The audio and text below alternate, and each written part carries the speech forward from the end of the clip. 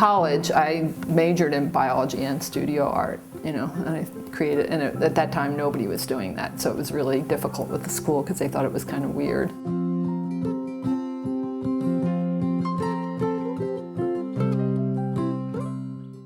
The first time that I saw, the first time that I met Leslie, in my memory, and I was giving a lecture at the university Women's Studies Department on Evelyn Cameron. After the talk, this woman came up to me and she was very enthusiastic about Evelyn Cameron, and she described a painting that she had made of Evelyn photographing Queen Elizabeth I.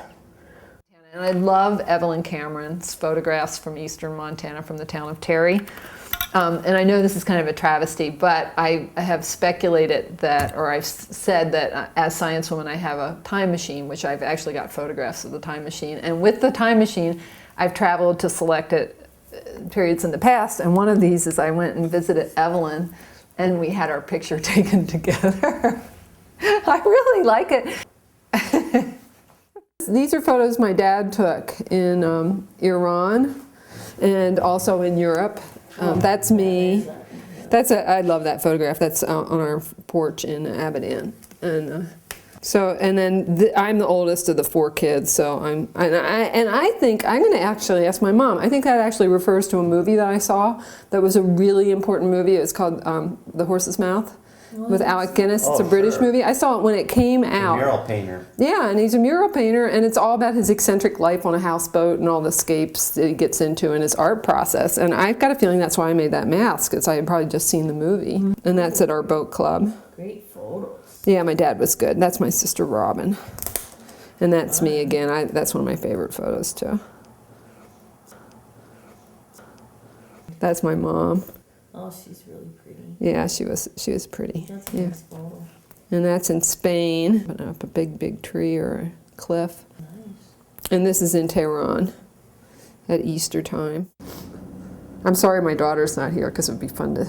Yeah. She got really mad at me when she was a kid. And, she was fighting with me when she was like 12 or 13, and she went in her bedroom and she turned around and she was trying to say absolutely the meanest thing she could do, and she said, "Only garbage men buy your artwork."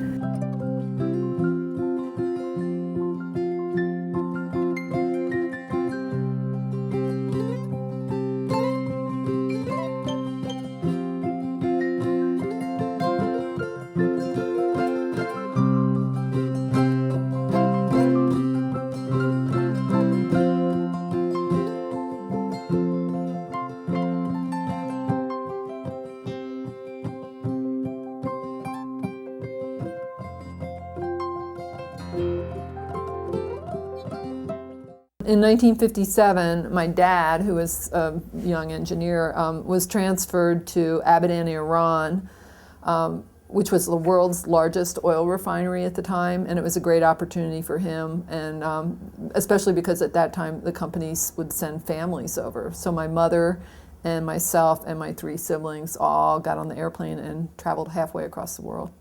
I feel fortunate to have been born into a family that was loving and included their children in their exploration of the world, and that my mother was an adventurous and was willing to travel, all the way around the world basically, with 4 children when she was 27 or 28 or whatever. She was very young, to very unknown places where you couldn't make phone calls and there was no emergency service, and things were really different. There wasn't the internet, there wasn't all the kind of mass communication we have now.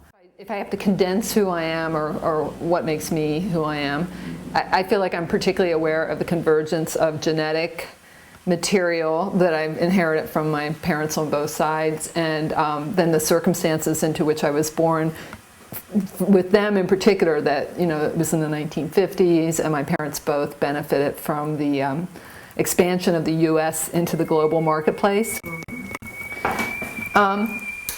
And then I was lucky enough that they were young and they were ready for adventure, and they took their children with them everywhere, which was really a lucky circumstance. So I visited major museums in Europe when I was 9 years old, 8 years old. I flew over Persepolis when I was 10 years old in a little airplane with my parents when we were flying from Abadan to Isfahan. So I had a lot of unique experiences that I know had a profound effect on my sense of the world. I was probably 7, 8, 9 years old and thinking that there weren't women artists because I had come back from seeing the museums where all the paintings and all the sculpture and all the art were by male artists, especially in that period of time, and wondering why women weren't represented and feeling like probably the reason was that they were all having babies and cooking dinners and doing all that stuff. But I think it's kind of interesting that young I was sort of going, why aren't women represented, and feeling like I wanted to do something in that field, and I wasn't going to let that lack of representation stop me.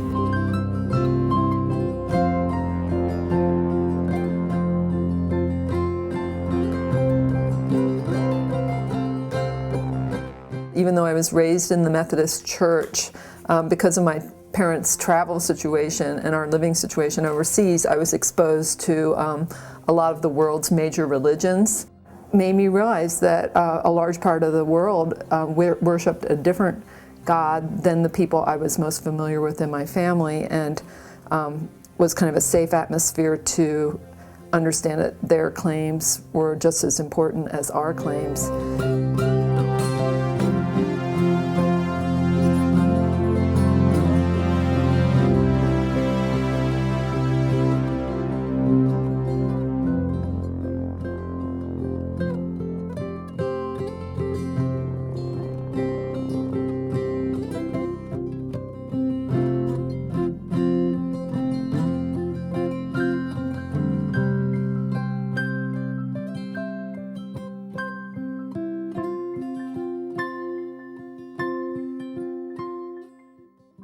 The first work I saw of Leslie's was sculpture.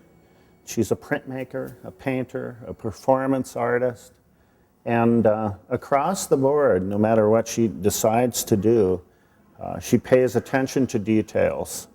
She pays attention to producing quality work, no matter what it is, whether it's a painting or a print, or whether it's a Science Woman performance. And that consistency is really noteworthy. This is a photograph of Science Woman with Andy Warhol, during which time he was trying really, really hard to persuade me to sit for one of his portraits. And I have this portrait that he did that I'd like to show you. It's in the Museum of Modern Art, so unless you've traveled there, you probably haven't seen it. I was in Great Falls, and I went to their art center, Paris Gibson Square, and I was really excited to go into an installation show where the artist had taken figures made out of cardboard or plywood and cut out these kind of fantasy figures from her imagination and perhaps from her life, and populate this hallway. And it was while I was walking through there that all of a sudden I had an image of Science Woman. Science Woman came to me. She was a way of integrating that interest in science with practicing creative art. In the early 90s, I was invited to be in a fundraiser which required that you make a personal kind of appearance. I realized that I wanted to dress up as Science Woman, and so I grabbed a very early primitive stages of the kind of fabulous outfit that I wear now, which was a white shirt probably, and probably some cat-eye glasses, and I probably put my hair on top of my head. But it was a great way of interacting with the public, and I liked the fact that I could be bossy and tell people what to do.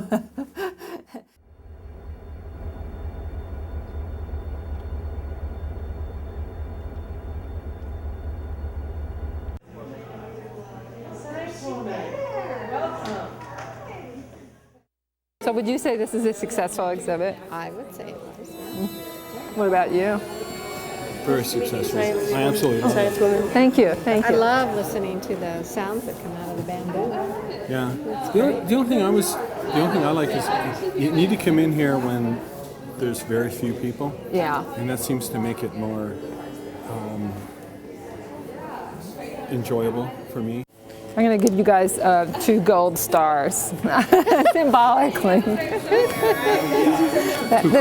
Well, for a good art discussion. I appreciate that.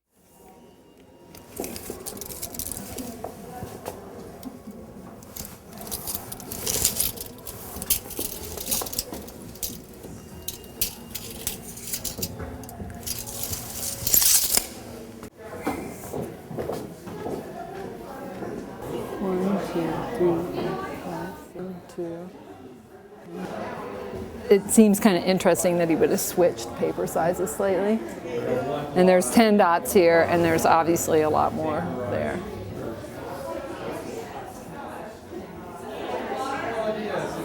But when I look at it, I think it probably didn't take a huge amount of time. And I look at that, and that looks like it took a lot of time and a lot of planning.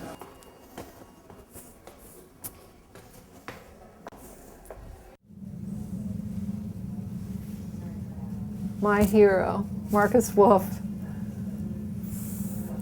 Great collector with great taste and an extravagant lunchbox collection.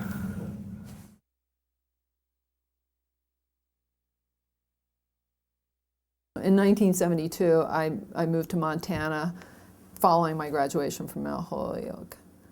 And I was really intrigued by what I found here because it was very, very different from anywhere else I had lived, and I was looking for a home. And I didn't realize I was looking for a home, but I have been here 35 years. And it's because it provided me with the beauty and the stability and the community that I think I was looking for.